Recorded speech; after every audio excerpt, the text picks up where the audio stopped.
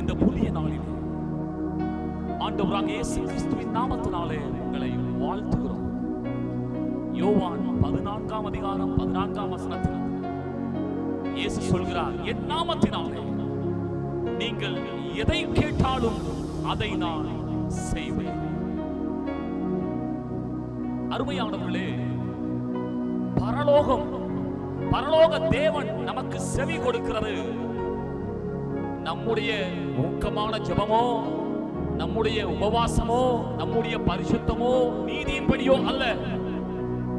பரலோக தேவன் நமக்கு செவி கொடுப்பது இயேசுவின் நாமத்தால் மட்டுமே தான். ஆகவே தான் இயேசு ஜெபிக்க சொல்லிக் கொடுத்தார், என் நாமத்தினாலே நீங்கள் கேட்க வேண்டும். ஆகவே தான் ஜெபிக்கும் பொழுது எப்போதும் கடைசி முடிக்கும் பொழுது இயேசுவின் நாமத்தில் கேட்கிறோம், நல்ல பிதாவே என்று சொல்லுகிறோம். நாளிலும் கூட உங்கள் தேவைகள், உங்கள் காரியங்கள் எவ்வளவு பெரிதென்பது பரலோக தேவனுக்கு ஒரு பொருட்டல்ல. ஆனால் உங்கள் தேவைகளை, உங்கள் காரியங்களை யார் நாமத்தில் கேட்கிறீர்கள்?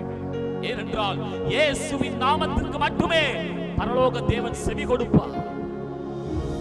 ஏனென்றால் இயேசுவின் நாமத்தினால் தான், கிறிஸ்துவுக்குள்ளாகத்தான் நாம் ஆவிக்குரிய சகல ஆசீர்வாதங்களையும் சகல வாக்குத்தத்தங்களை பெற்றிருக்கிறபடியினாலே அந்த நாமத்தினாலே நாம் எதை கேட்டாலும் பெற்றுக் கொள்வோம்.